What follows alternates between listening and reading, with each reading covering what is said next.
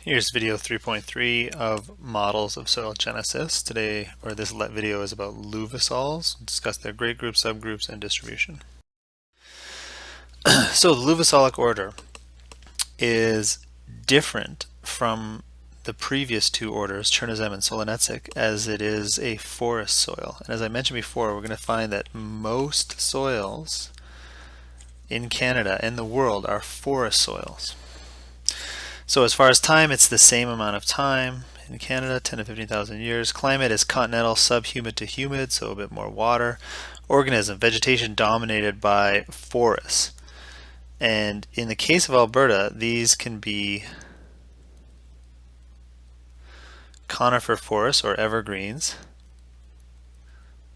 deciduous forests or broadleaf trees like aspen and cottonwood, or a mixture of those two types. And our mixedwood, boreal mixedwoods of Alberta are very common. Aspen and white spruce as a mixture, very common. Parent material, fine to medium texture, glacial moraine, glacial fluvial, but must have high clay content. Right, because that's our diagnostic horizon right here, is this BT horizon with our strong blocky structure in here and high clay content. And the relief at rolling hills to steep terrain.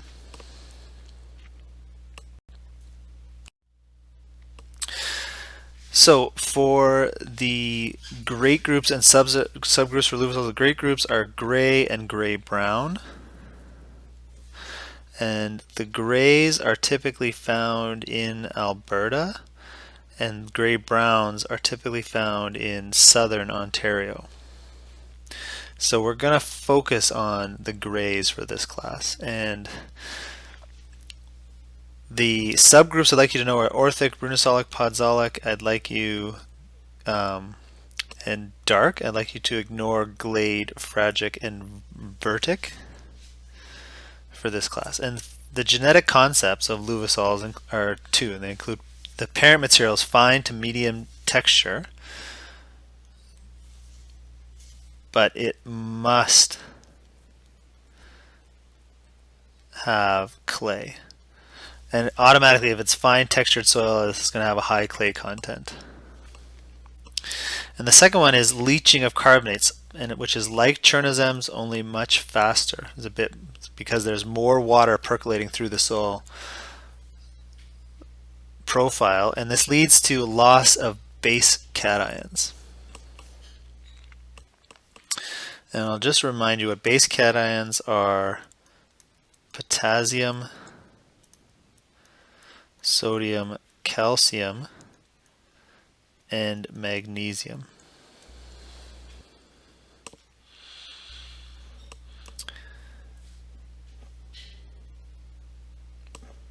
And what that does is a loss of base cations from the surface is that it leads to an acidification of the surface horizon.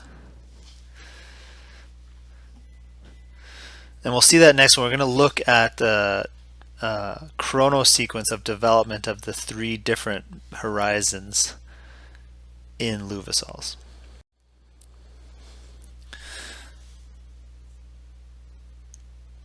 Okay, so we're going to draw three different graphs here. We're going to draw one graph for the AE. We're going to draw one graph for the BT horizon. And we're going to draw one for the C horizon.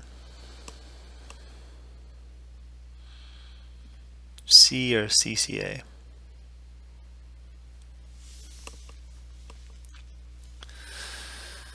And so essentially what we'd expect in the, we'll look at these three horizons for the same materials altogether. So the first thing is clay content. So clay in the A decreases. And in the B, clay, in the BT, clay obviously increases, and in the C horizon, it just stays the same. Clay content. So clay is moving out of the A horizon by alluviation or lessivage and is moving into the BT horizon. So lessivage is another word for translocation. So clay is being translocated out of the A and into the BT horizon, and it's not changing in the C horizon. So when you're hand texturing these different horizons, what you should see is a decrease in clay, an increase in the A, decrease in clay content in the A, an increase in the B, and maybe a decrease again in the C, but maybe not as much as the A horizon.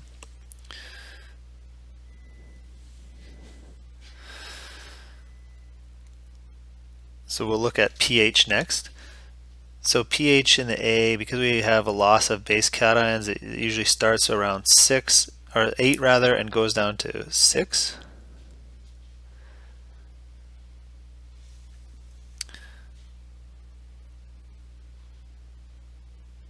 And usually it's about the same in the B horizon for pH, whereas in the A it might actually increase a little.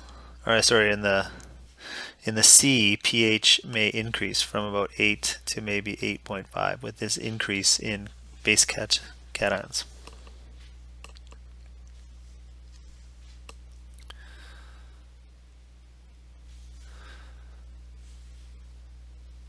And finally, we could talk about carbonates.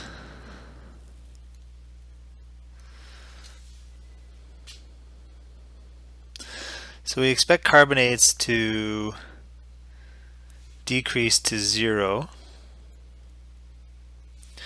in the A horizon, to initially increase in the B and then decrease, and to increase over time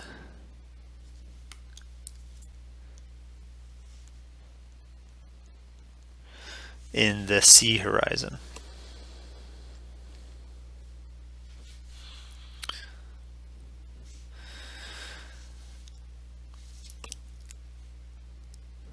And so what we might expect to find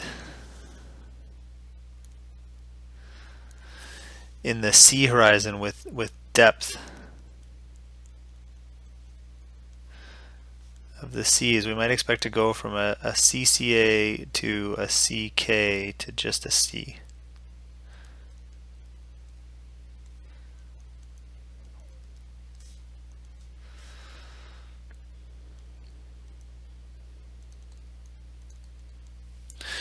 But it really is going to depend on the location of that soil and the depth of the parent material, the depth to bedrock, which could be quite deep.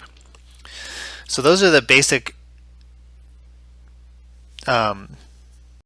genetic processes for each different horizon over time. And just remember, I forgot. Sorry, I'll have to go back and start over. So we have an LFH horizon on top of an AE horizon, on top of a BT, on top of another BT horizon. And so we have LFH, AE, BT1, BT2, and a C horizon. And it looks like there's a difference down here. It looks like this might be BT2, BT2, right? So that there's a lithologic discontinuity here because we have an increase in coarse fragments. So we would have to examine this on the site. But again, like I see a lot more coarse fragments down here and sort of none in the up here.